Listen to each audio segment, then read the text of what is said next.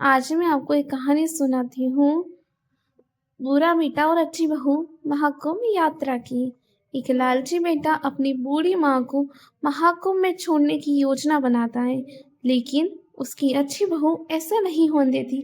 अंत में बेटे को अपने कर्मों की सजा मिलती है और बहू को सबकी दुआएं। घर के आंगन में माँ पूजा की थाली लिए खड़ी है। बेटा और बहू पास में खड़े हैं।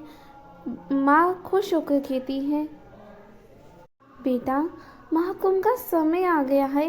गंगा स्नान से सारे पाप धुल जाते हैं। चलो हम भी चलते हैं। बेटा, हाँ माँ ठीक है, पर वहाँ बहुत भीड़ होगी। आप कैसे चलोगी? बहू कहती है, माँ जी आप चिंता मत कीजिए, मैं आपका पूरा ध्यान रखूंगी। बेटा चला जाता है। मन ही मन सोचता है यही सही मौका है माँ से छुटकारा पाने का। वह वहाँ पहुँच जाते हैं गंगा घाट पर। वहाँ बहुत भीड़ होती है। साधु संत श्रद्धालु स्नान कर रहे हैं। बेटा बहू और सास वहाँ पहुँचते हैं। सास खुशी से बोलती है, कितना पावन दृश्य है। गंगा मैया के दर्शन मात्र से आत्मा को शांति मिलती है। बेटा मन ही मन सोचता है यही सही मौका है, भीड़ में माँ को छोड़ दूंगा। बेटा धीरे से पीछे हटता है, लेकिन बहू उसे देख लेती है। बहू कहती है, आप क्या कर रहे हैं?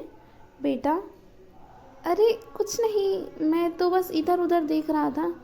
बहू बोलती है, माँ को अकेला छोड़ने की सोच रहे थे ना, आपको शर्म नहीं आती? सास बेबस होकर बेटे की ओर देखती है, आंखों में आंसू। अचानक भीड़ बढ़ती है। बेटा धक्का लगने से खुद ही रास्ता भटक जाता है। वह अकेला रह जाता है। इधर उधर माँ और बहू को ढूंढता है। बेटा, अरे माँ, माँ कहाँ आ गया मैं? कोई मेरी मदद करो। दूसरी ओर बहू सास का हाथ पकड़कर सुरक्षित स्थान ले जाती है। सास भावुक होकर कहती है, बहू तो सच में लक्ष्मी है। बहू कहती है, माँ जी मैं हमेशा आपके साथ हूँ। अंत में बेटा रोता हुआ वापस आता है।